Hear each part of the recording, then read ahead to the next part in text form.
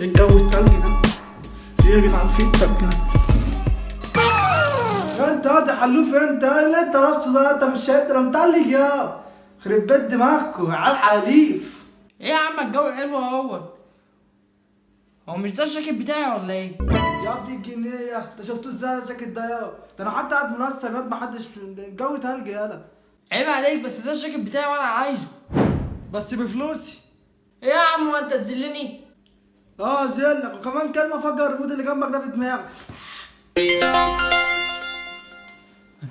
يا كل مره يعني يوم ما اجيب جاكيت ب 600 جنيه ياخدوا مني.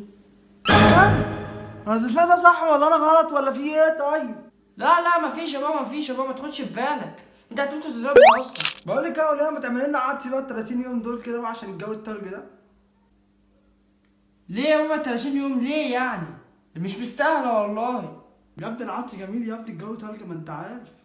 بس مش 30 يوم برضك. هو ال 30 يوم انا مش باخد رايك. لو مش عاجبك روح دور لك على مدة الرحمن بقى انتوا ما تعبناش بقى.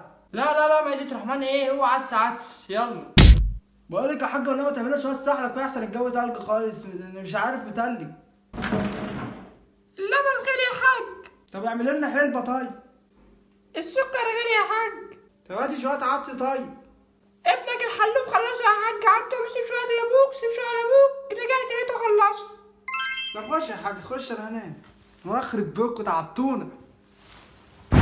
انت يا وليه فين الكلسون طيب يا وليه؟ اخرب بيكوا. ما طبعا هنا الكلسون.